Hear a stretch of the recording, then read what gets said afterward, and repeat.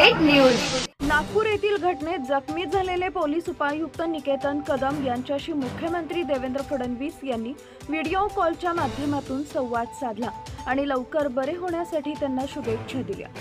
Bureau report, मुराद पटेल, 40 गाव, जळगाव। हो sir, कुराडीचा गाव आहे सर, टीप आहे। अच्छा, हातावर लागला। यस सर, हातावर आहे सर। अच्छा, मग आता प्लास्टिक सर्जरी केली, काय केलं त्याच्यामध्ये?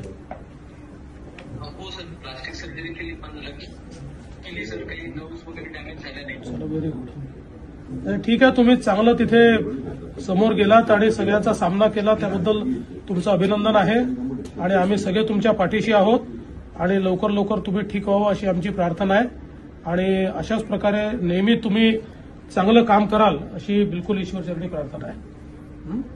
Thank you sir. Okay, all the best, all the best.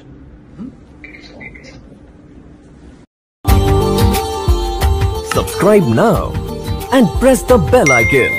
Never miss an update.